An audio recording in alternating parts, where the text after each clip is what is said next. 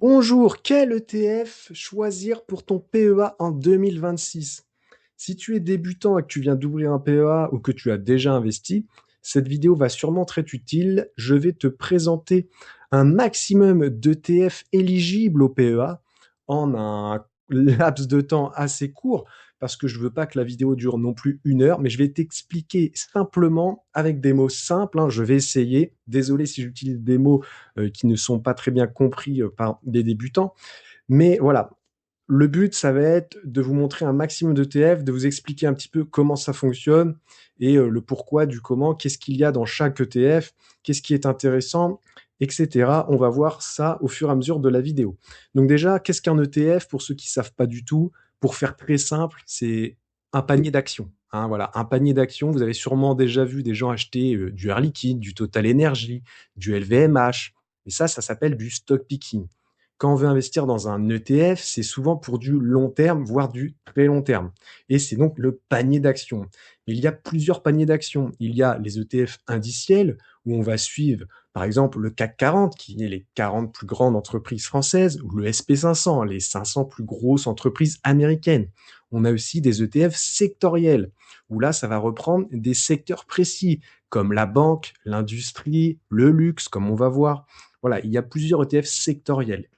Sinon, on a aussi 2 systèmes de distribution des dividendes. Alors, il y a la distribution, comme je viens de le dire. Là, les dividendes sont distribués sur votre compte espèce du PEA et c'est à vous de les réinvestir. Moi, je suis pas trop fan de ça parce que ça fait des frais de courtage en plus. Si vous êtes en phase de capitalisation, prenez plutôt des ETF où il y a, comme on voit à l'écran, noté ACC ou des fois c'est juste marqué C. Voilà, la méthode de distribution est capitalisation. La plupart du temps, ça va être ces ETF-là. Et je trouve que c'est quand même plus intéressant car les dividendes sont investis automatiquement durant l'année dans vos ETF. Vous n'avez pas à vous soucier des dividendes. Voilà, c'est dans le prix de la part, il n'y a aucun problème. Ensuite, bon, il y a les frais de gestion à faire attention. Souvent dans PEA, ils sont assez corrects, hein. C'est pas des frais qui vont vous coûter très cher et de toute façon, c'est pris sur le prix de la part. Là, comme on le voit sur le iShare, donc Eurostoxx 50, qui sont donc les 50 plus grosses entreprises de la zone euro. Je dis bien la zone euro, c'est-à-dire qu'il n'y a pas les pays qui sont, par exemple, le Danemark en couronne danoise, et il n'y a pas d'entreprise danoise dans cet ETF. Il n'y a pas non plus de Suisse, il n'y a pas d'Angleterre. Donc là, c'est l'Euro Stock 50, à bien différencier avec l'Europe 600 que vous voyez souvent. L'Europe 600, lui, c'est vraiment toute la zone européenne et il y a 600 entreprises, donc beaucoup plus diversifiées. Moi, je préfère l'Eurostoxx 50. Donc là, on voit que ses frais de gestion sont de 0,10% par an. Donc voilà, c'est quand même correct. La taille du fonds, hein, 7 milliards, c'est un gros fonds. Donc ça, c'est l'encours un petit peu sous gestion, hein, l'argent que l'ETF a récupéré. Donc voilà. Il y a aussi, j'ai oublié de vous parler, des ETF qui peuvent être hedgés, parce que sur PEA, les ETF sont en euros, vous achetez en euros. Donc, parfois, il y a le risque de change. Sur un ETF, par exemple, SP 500, qu'on va voir ensuite, vous pouvez avoir une variation entre l'euro et le dollar qui va faire que votre ETF monte plus ou ne monte pas, comme il s'est passé en 2025. Le SP 500 a fait plus 16%, mais l'ETF sur PEA en euros, lui, a fait que plus 4%, car on a eu une différence défavorable à l'euro de 12%. Bon, voilà, ça c'est sur 2025. À long terme, souvent, ça va plutôt se stabiliser. En 2024 et 2023, c'était favorable de les avoir en euros, par exemple. Donc, pas trop de soucis à vous faire avec les ETF Edge, même si en ce moment, je vois pas mal de monde qui me pose cette question, est-ce que je prends un ETF Edged ou pas? Je vous ai mis un exemple par la suite d'un ETF Edged sur le Japon qu'on verra. Mais voilà, il faut pas non plus essayer de faire des stratégies un petit peu, voilà, un coup avec des hedges ou des leviers comme on va voir par la suite. Il faut rester assez simple, surtout si vous êtes pour du long terme et en phase de fructification de votre portefeuille. Allez pas prendre des risques inutiles. Donc voilà, là, l'Eurostoxx 50 que je vous présente sur le site Just ETF, on a bien sûr le graphique de performance, plein d'informations, hein, avec le code ISIN. Donc ce code ISIN là, vous pouvez le taper dans Google, vous retrouverez plein d'informations sur l'ETF en question. Voilà, vous avez les 10 positions les plus importantes. Donc si vous connaissez un petit peu les actions, bien sûr, voilà, on retrouve LVMH que vous devez certainement connaître, hein, Total Energy aussi qui est là, et on a la répartition par pays sur cet ETF. Car là, c'est un ETF qui regroupe plusieurs pays. Donc comme je vous l'ai dit, voilà, c'est la zone euro, hein. Donc France, Allemagne, Pays-Bas sont les 3 premières positions et on a la répartition par secteur. Donc voilà, c'est vraiment intéressant, hein, de savoir dans quoi on investit quand même. Enfin moi personnellement, j'adore savoir quand même dans quoi j'investis, même quand c'est sur un ETF. Je vous ai mis un autre exemple, bien sûr, le plus connu en France parce que c'est le CAC 40. Alors moi, je suis pas fan de l'ETF CAC 40, je préfère faire du stock picking, prendre mes actions françaises. Parce que dans le CAC 40, les 40 actions, ils sont pas toutes géniales. Donc je préfère pas prendre le panier entier et prendre vraiment les actions qui m'intéressent. Mais ça, c'est que ma stratégie. Pour d'autres ETF, je préfère prendre le panier entier. Donc voilà, on retrouve les 10 premières positions et bien sûr, vous pouvez aller, voir, hein, sur Google avec le code EASY. Donc là, c'est sur le site Amundi. La plupart des ETF que je vais vous présenter, c'est sur Amundi parce que vraiment, je trouve le site plutôt bien fait. On voit un peu tout ce qui est important à savoir en une page, en 2 pages, vous voyez? Tout de suite, tac, les 10 premières lignes, la répartition par secteur. On a, bon, bah, là, le pays, c'est que la France, bien évidemment. Mais voilà, là, on a les informations. Donc, pour vous qui êtes probablement débutant, on a la valeur de la part. Donc, quand vous achetez sur un PEA, c'est part. Vous ne pouvez pas fractionner. Donc là, c'est 40 euros par part. La performance depuis le début de l'année, bon, là, on vient de commencer l'année. L'encours sous gestion, donc là, c'est tout ce que l'ETF a capté comme argent. Les frais de gestion annuels, le code ISIN et si c'est à distribution ou capitalisation. Ça, je vous en ai parlé tout à l'heure. Aussi donc un autre pays, l'Espagne, ici avec le Amundi IBEX 35, qui réplique donc les 35 plus grosses entreprises espagnoles. Donc là, on voit pareil, hein, les 6 chiffres intéressants à avoir, les 6 données intéressantes à avoir. Voilà, Banco Santander, Iberdrola, beaucoup de banques, hein, dans l'indice espagnol, 43% de financières. Vous voyez comme quoi c'est intéressant de savoir quand même dans quoi on investit, hein. Un petit truc aussi que je voulais vous dire sur les ETF, l'avantage par rapport à du stock picking, c'est que si une entreprise fait faillite ou est sur la pente descendante, un ETF va autoréguler. Comme un indice, il va sortir le mauvais élève et en faire rentrer un nouveau qui va être sûrement meilleur ou pas, des fois, hein. On l'a vu avec le CAC 40, par exemple, Edenred est rentré dans le CAC 40 et ressorti récemment. On a Téléperformance aussi qui est sorti récemment et on a eu l'ajout de Euronext et Legrand, il me semble. Donc voilà, non, Eiffage, c'est pas Legrand, c'est Eiffage qui est rentré dans le CAC 40. Donc voilà, l'ETF, c'est l'avantage aussi de savoir qu'un ETF, ça ne peut normalement pas aller à zéro. Voilà, le- vous pouvez pas arriver à zéro avec un ETF. Enfin, c'est pas possible, quoi. Il faudrait que le monde entier s'effondre, que toutes les actions de l'ETF s'effondrent. C'est pas possible théoriquement. Voilà, il y aura toujours de l'économie, hein, sinon il y aurait pas, il y a pas besoin d'investir et votre argent ne vaudrait plus rien. Donc c'est l'avantage d'un ETF. Voilà, c'est l'autorégulation que ça apporte par rapport à du stock picking où là, si vous suivez pas trop vos investissements, vous pouvez avoir une entreprise qui fait faillite et qui va à zéro, comme on a eu le cas là avec Carmat, hein, ceux qui faisaient des cœurs artificiels, l'entreprise est en liquidation, ceux qui avaient investi dedans, malheureusement, vont tout perdre. Un autre ETF d'un pays, c'est la Chine. Et oui, car sur PER, on peut investir hors Europe. Ça, vous le savez peut-être pas. Mais voilà, c'est possible via des contrats swap. Alors, je ne vais pas vous expliquer vraiment ce qu'est les contrats swap, mais il y a plusieurs méthodes de réplication d'un indice, physique ou synthétique. Sur PEA, souvent pour investir, bah, c'est tout le temps même pour investir hors Europe, les émetteurs, donc comme Amundi, les gestionnaires, utilisent des contrats swap, donc ils font des échanges avec des actions européennes pour pouvoir répliquer l'indice, là le MSCI China par exemple. Mais voilà, pour moi, c'est pas un problème. Je vous invite à aller voir des vidéos de gens qui expliquent très bien donc les méthodes de réplication. Je crois que Xavier Delmas en avait fait une qui était très très bien.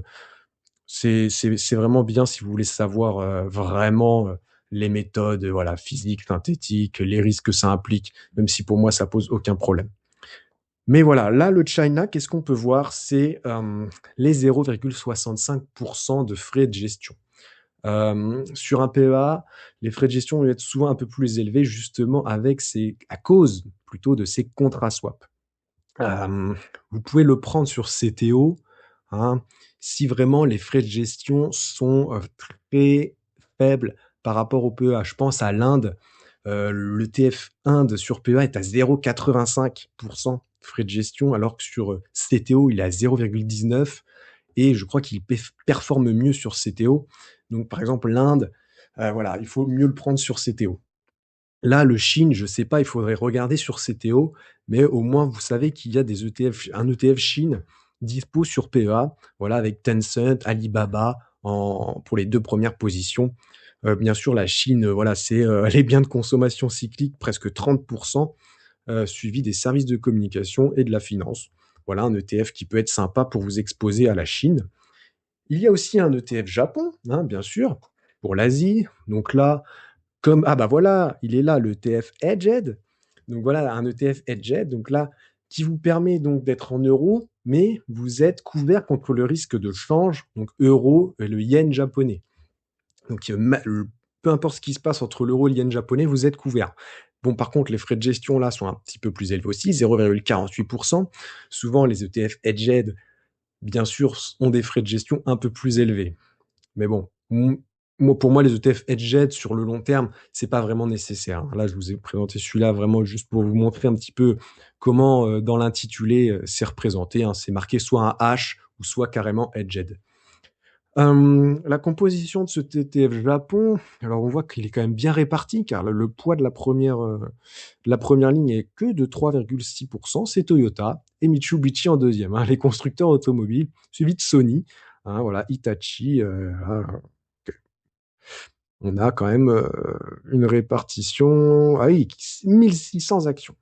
Voilà, c'est ça que je cherchais. Il y a 1664 actions dans cet ETF Japon. C'est pour ça qu'on a les poids des premières actions assez faibles comparé à d'autres. Bah, le CAC 40, il n'y a que 40 actions. Donc là, bien sûr, vous êtes bien plus exposé dans certaines entreprises.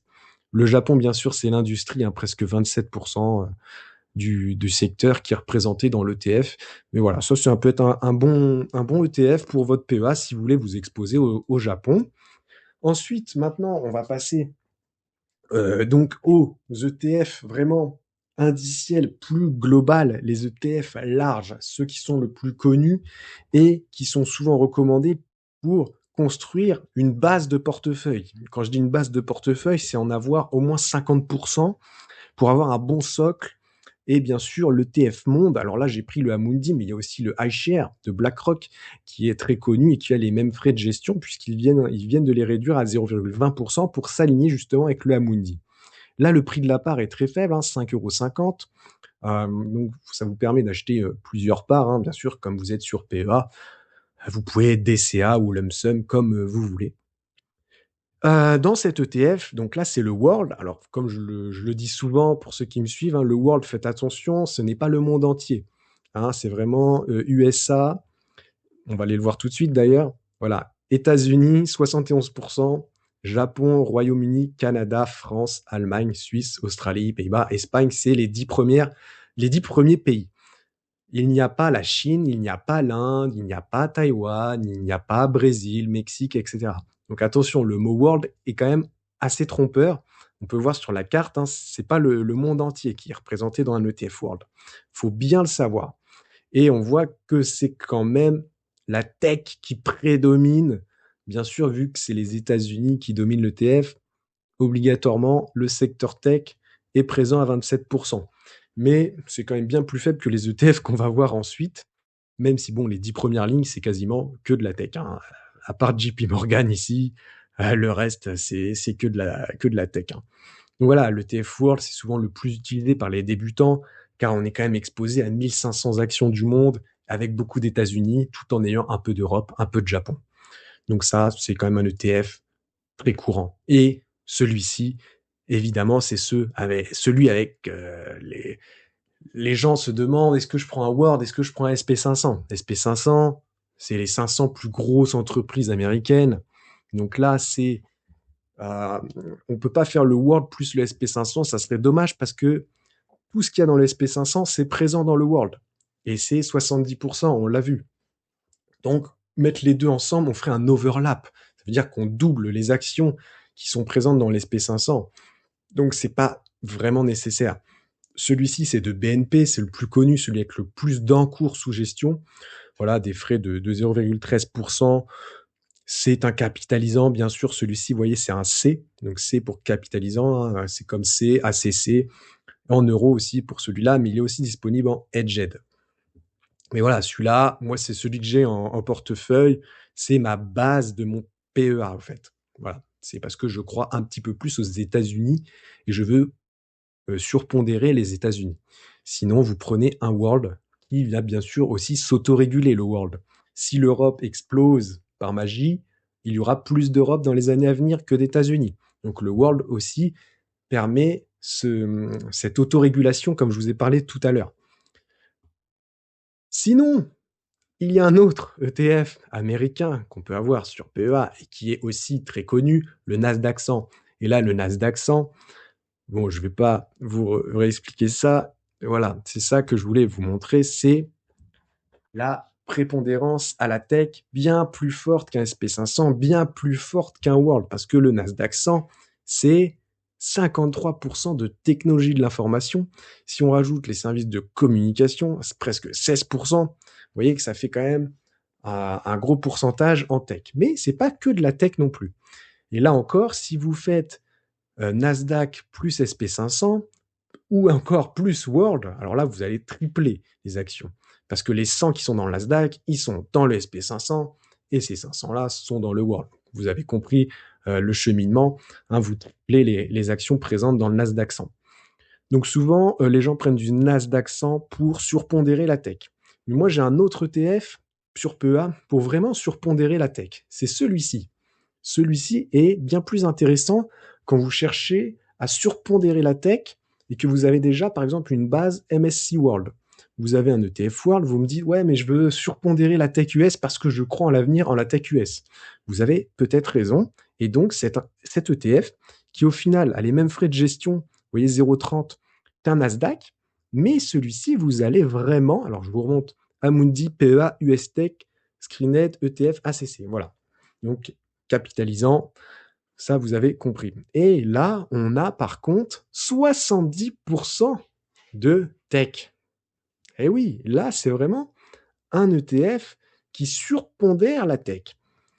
Et on n'a pas 100 actions dedans, on n'en a que 60. Parce qu'en fait, c'est un Nasdaq, mais ils ont enlevé tout ce qui était pas trop tech. Ils en ont quand même laissé un petit peu parce que je vois qu'il y a un peu de santé, voilà, très peu d'industrie, très peu d'énergie, très peu de biens de consommation, hein. Mais voilà, si on prend la tech vraiment de l'information et les services de communication, on est à 85% de tech.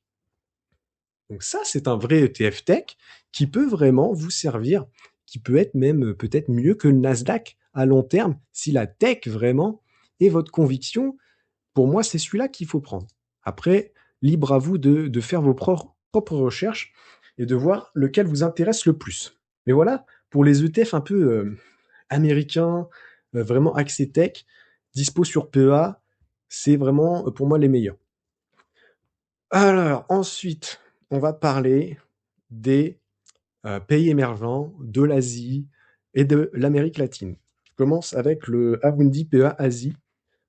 Donc celui-ci, c'est pareil, c'est quelque chose, c'est un ETF qui est assez demandé avec le pays émergent, mais celui-ci, c'est vraiment que l'Asie. Alors ça vous permet, celui-ci par contre, de vraiment diversifier du World, du SP500 et du Nasdaq, car là, vous n'avez aucune action en commun.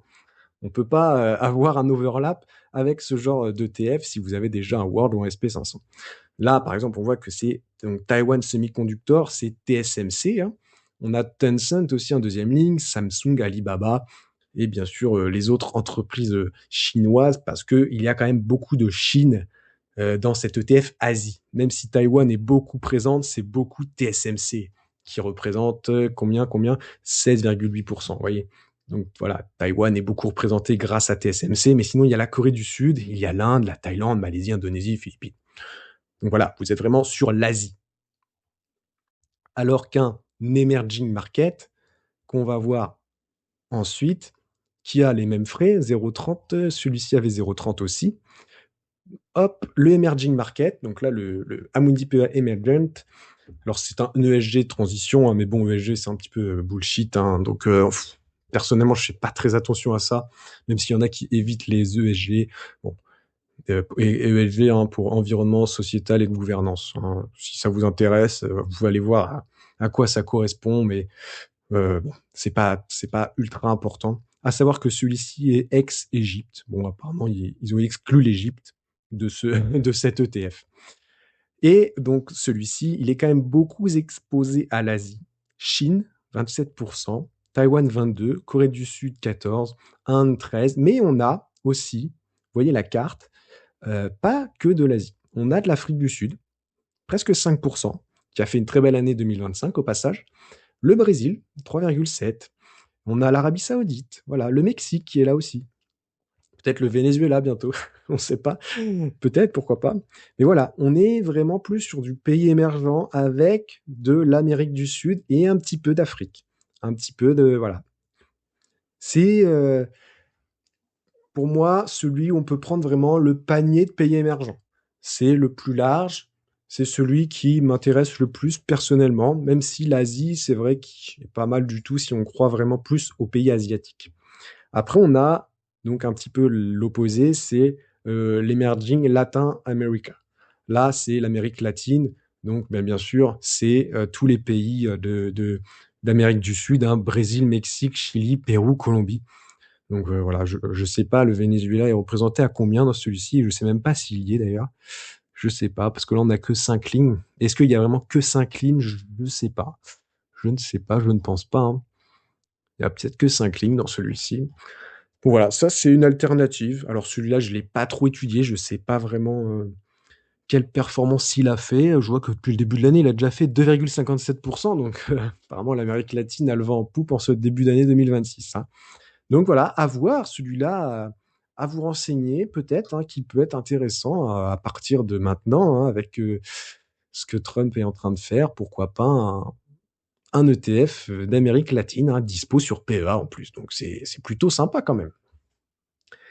Maintenant, je vais vous présenter donc les ETF sectoriels. Donc, je vous présente rapidement quelques ETF sectoriels. Je ne vais pas vous faire tous les ETF sectoriels parce qu'il y en existe beaucoup dans tous les secteurs. Hein. Il y a 11, 12 secteurs en bourse. Il y en a un pour chaque secteur. Donc ça, s'il y a un secteur qui vous intéresse, vous pouvez aller vous renseigner. Vous demandez à Google ou à une IA de vous expliquer tous les secteurs en bourse. Si un secteur vous intéresse, hein, que ce soit l'industrie, les biens de consommation, l'énergie, vous trouverez un ETF sur PEA qui est éligible normalement. Mais on a eu récemment un nouvel ETF qui est pas vraiment un secteur à part entière, mais plutôt un sous-secteur, le luxe. Voilà. Et c'est un Amundi Luxe Monde.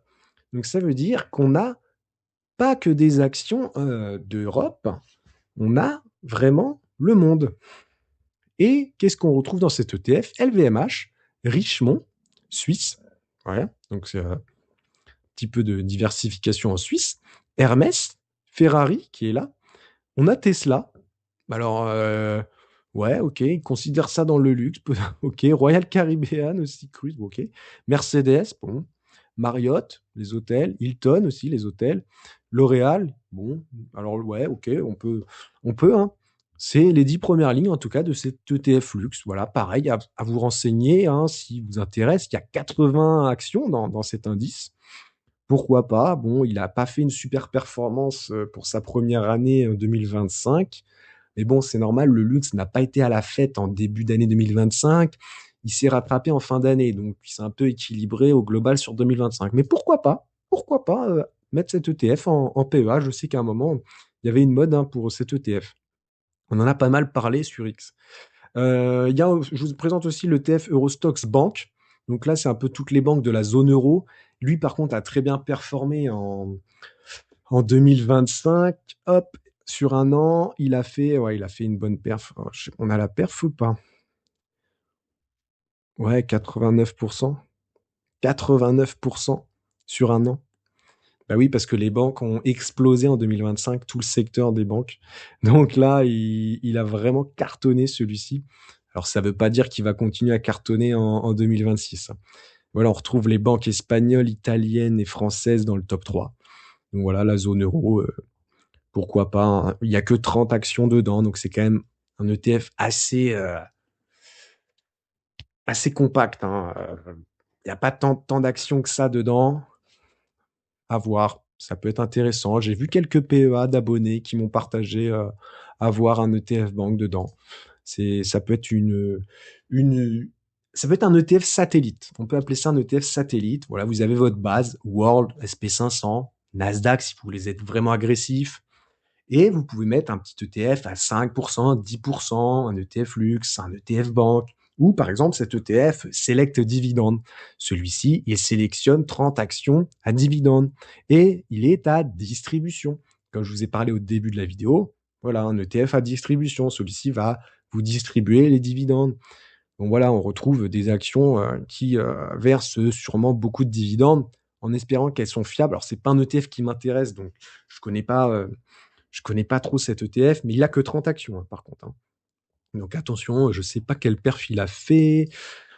Oh, il a fait une très bonne perf ouais, il a fait une très bonne perf parce que souvent il doit y avoir des bancaires, il doit y avoir tout ça.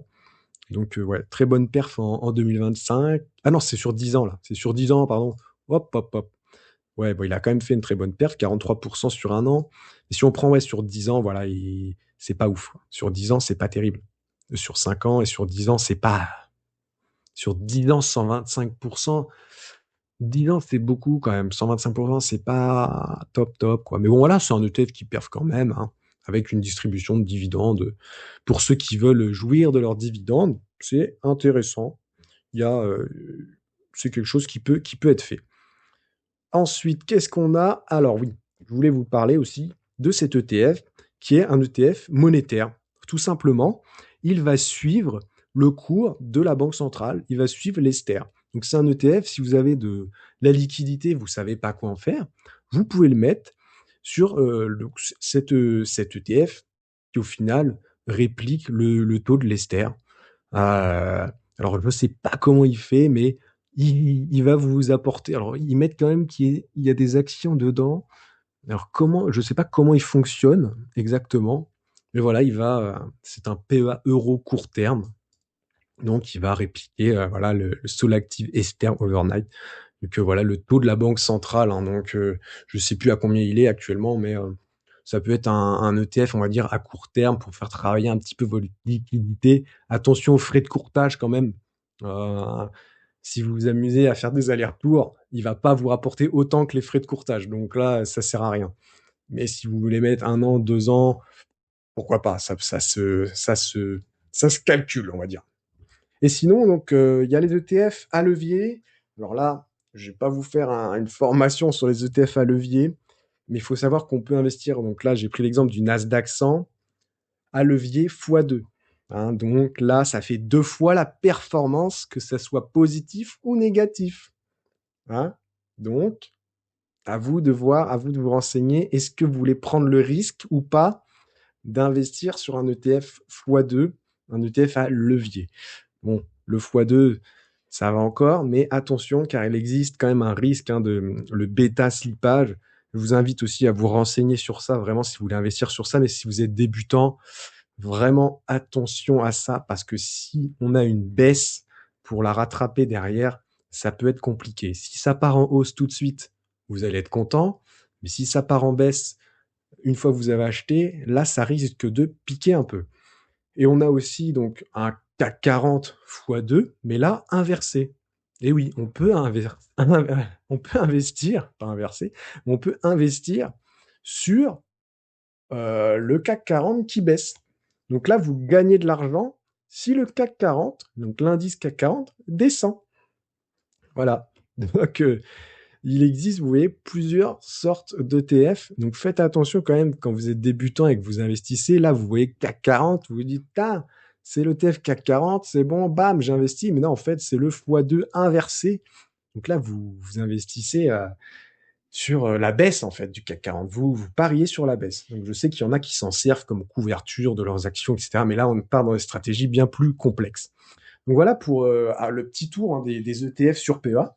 Et vous allez me dire, tu as oublié les ETF matières premières, l'or, le silver. Eh ben non, parce que sur PEA, il n'y a pas d'ETF gold, il n'y a pas d'ETF silver, uranium, matières premières. Voilà, pour ça, vous allez être obligé d'ouvrir un compte titre ordinaire, un CTO. Je sais que c'est la mode en ce moment, beaucoup parlent de l'or et de l'argent parce que ça a explosé en 2025 et que vous cherchez à investir dessus, mais là, vous allez devoir ouvrir un CTO. Et voilà, sur PEA, c'est pas disponible. Je crois que j'ai fait le tour, hein, des principaux ETF éligibles PEA. Donc bien sûr, hein, il y a plein de pays disponibles, plein de secteurs disponibles. Il en existe beaucoup plus, hein, de ce que je vous ai présenté. Mais sinon, un dernier point, c'est, je voulais vous parler, la question des fois qui me revient, c'est combien d'ETF en PEA maximum? Alors, il n'y a pas vraiment de règle, hein.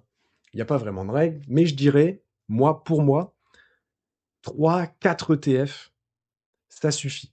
M'allez pas me mettre 12 ETF dans votre PEA, s'il vous plaît. Surtout si vous avez un CTO à côté avec d'autres ETF qui sont pas éligibles au PEA. Non, n'allez pas me mettre plus de 4 ETF sur PEA. Comme je vous ai dit tout à l'heure, une base World, SP500, Nasdaq ou même Europe, si vous croyez plus en l'Europe, ou l'Asie ou quoi, et des ETF satellites, mais ne dépassez pas 4 ETF, ça va vous faire trop de lignes. Vous allez sûrement faire des overlaps. Souvent, quand on a déjà un World, allez, avec un Nasdaq ou un Tech pour surpondérer la Tech US, plus un Asiatique, ça fait 3 ETF. Pour moi, c'est suffisant. Vous pouvez mettre un quatrième ETF satellite, comme je vous ai montré, un banque ou un luxe, par exemple, hein, mais voilà. C'est pour ça que 4, je pense que c'est le maximum d'ETF à avoir sur PEA. Dites-moi combien vous avez d'ETF sur PEA et pour vous, combien est la limite maximum à avoir sur PEA en ETF. Sinon, voilà, vous pouvez aller voir mes dernières vidéos. Je vous ai présenté plusieurs PEA, justement, si vous n'avez toujours pas de PEA. Les meilleurs PEA de 2026, qui bien sûr sont présentés dans cette vidéo qui s'est affichée. Et voilà un petit peu le projet, hein, donc du PEA, ETF, stock picking. On parlera bien sûr du stock picking dans des prochaines vidéos. Je vous dis à la prochaine et prenez soin de vous. Ciao tout le monde.